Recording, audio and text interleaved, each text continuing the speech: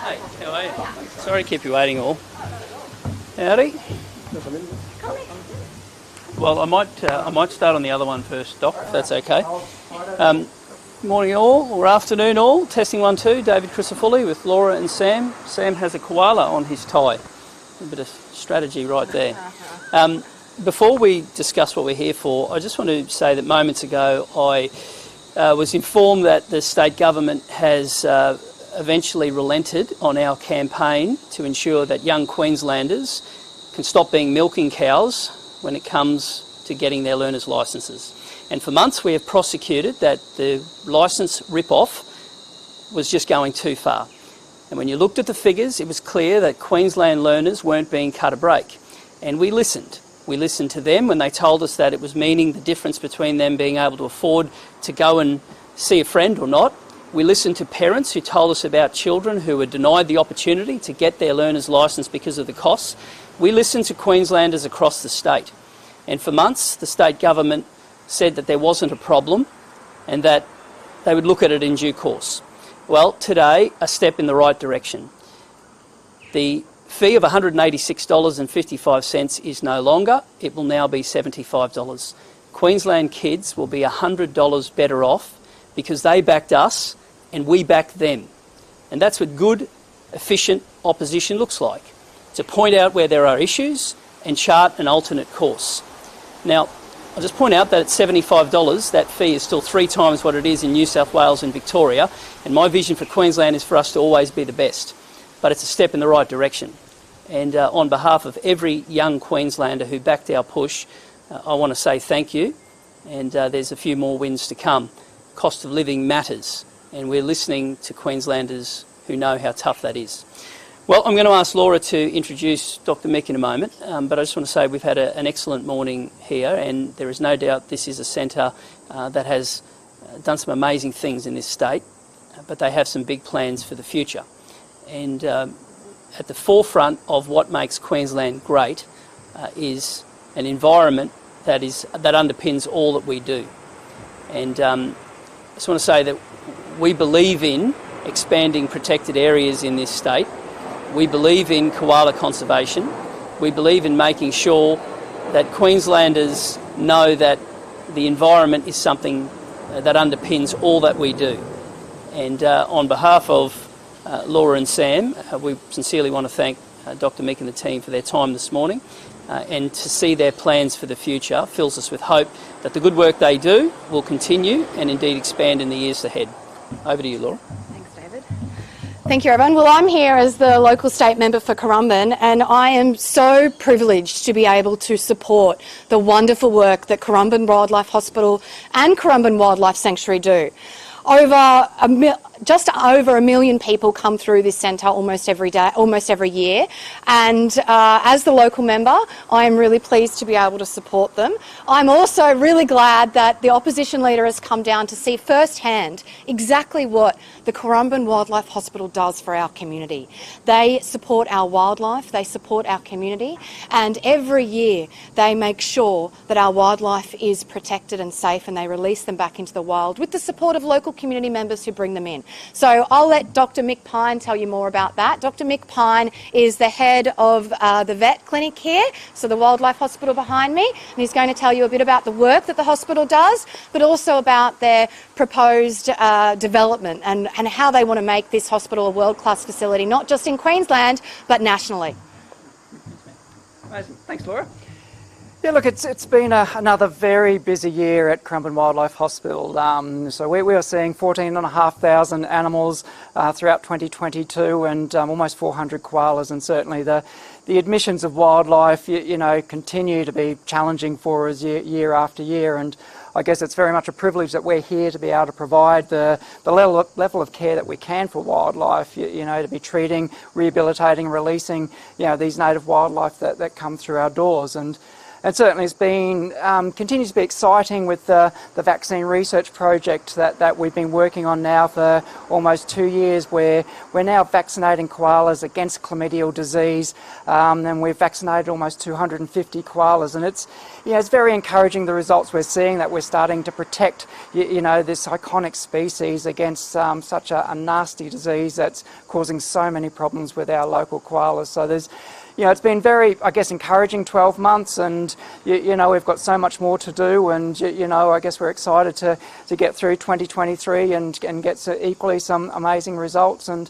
look, as always, what we do doesn't come cheaply, and any opportunity for anyone out there to donate through our website would be amazing, and it helps us protect our native wildlife. Laura mentioned some developments there. Are there developments or research going on for 2023? Look, we're continuing, I guess, to expand what we've got with the increasing and admissions coming through the wildlife hospital, and we're forced into that space where we just don't have capacity. So we're certainly looking to expand and get into new spaces there, and hopefully we can achieve that over the next 12 months. Yeah. Cool. Voluntourism. It's yours. So Currumbin Wildlife Hospital is hoping to branch into voluntourism this year. So they have the Garma Conservation Reserve, and they're hoping to be able to bring tourists here to stay for a couple of weeks, where they will not only get the experience of being able to regenerate land and being able to help wildlife, but they'll get to come through the amazing facilities here. So it's tourism that actually improves our environment. These tourists will not only be spending their dollars here, but they'll be leaving our land and our beautiful electorate better than when they came. Thanks, Laura. Sam O'Connor, Shadow Environment Minister.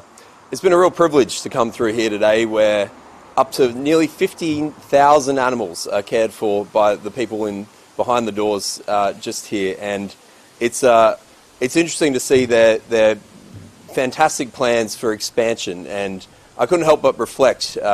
At Currumbin, they're looking to build a genetics lab to help koala research so we can protect this endangered species. And not too far up the road, the state government allowed Dreamworld to redirect $2.7 million from a similar lab into a roller coaster.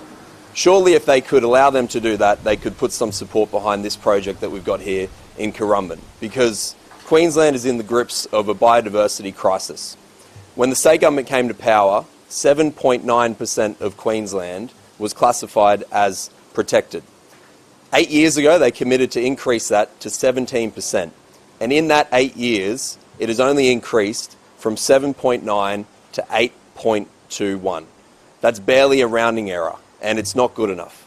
It shows that they have absolutely failed to plan, and they have failed to deliver and conserve more of Queensland. And for us, if we're successful next year, conservation is going to be fundamental to how we manage our environment. It's going to be something that we put a great value on, and we'll be very upfront with Queenslanders about how we'll do that. And it's something that we want to see increase, because Queensland is special, Queenslanders care about it, and what we need to do is conserve more of it and get that balance right. Questions for Sam? No? Thanks. DC? I might just make some comments about youth crime, and then I'll take your questions. On Monday, I stood before you and asked the Premier to release the legislation. If the Premier backs the changes that have been floated, surely Queenslanders deserve to see them, and surely we can all work towards making them the best changes possible. That was Monday. What have we seen since then? Seen a guy in a hospital in Sunshine Coast after being set upon by a group of thugs. A guy in Toowoomba left to die on the ground, and his backpack was taken.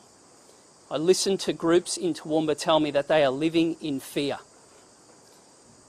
I saw scenes last night of young yahoos hanging out of the top of a car, goading police to chase them. That's what it's got to. It's got to a situation that young crims, they aren't even scared to hide their face anymore. They'll post about it. They'll taunt police to chase them. They'll hang out of the top of a car on the M1. And just moments ago, I've just been told that claims of a group of offenders who have been released in North Queensland, and it's alleged one's already reoffended. How on earth did we get here? How did we get to a stage in a modern Queensland where young offenders feel that the law is so weak that they just conduct themselves with no respect for other humans? That's not the Queensland we deserve to see. And yesterday the Premier was asked whether or not her decision to water down the laws in 2015 have made any impact on that, and she said no. Well, I don't know another Queenslander who agrees with her on that. The Queenslanders I'm listening to believe that the state is in the middle of a youth crime epidemic and they have had enough, and they want the state to do something about it. And we stand ready as an opposition to play our part constructively and do something about it. But to the Premier, own it. It was your decision to water down the laws, and now together we must fix this. We have a state living in fear. Those incidents are from the start of this week, let alone people who have lost loved ones in their own home, walking the streets home from a train station. That is not the Queensland we deserve to see. And there has to be consequences for actions. Breach of bail has to be an offence.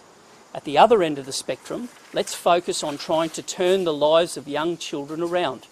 Let's focus on early intervention.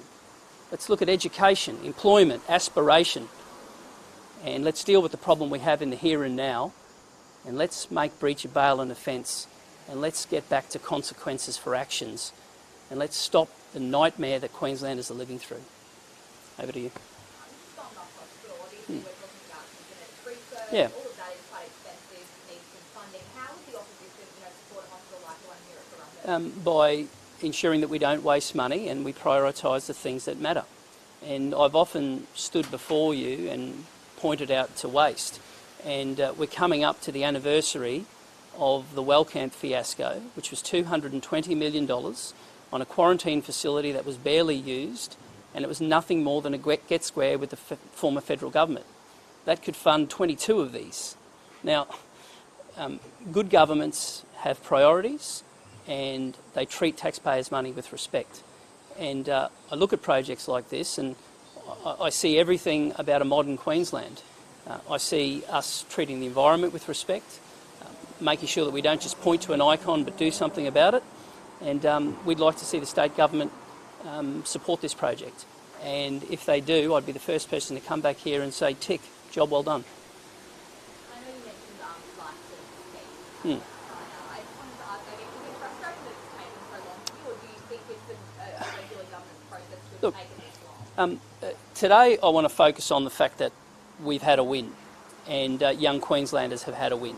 And sure, it would have been great if it had happened a few months ago, and there are people who would have forked out an extra $110, and that matters. But it is a win, and the job's not finished yet. So let's celebrate the first step, and let's work towards making sure that Queenslanders get the opportunity to have cost of living relief. In 2023, cost of living is going to matter more than ever, and it's important that we play our part in highlighting where savings can be made, because every Queenslander is going to need every dollar. Thanks, guys. Thanks very, very much. Thank you, Doctor.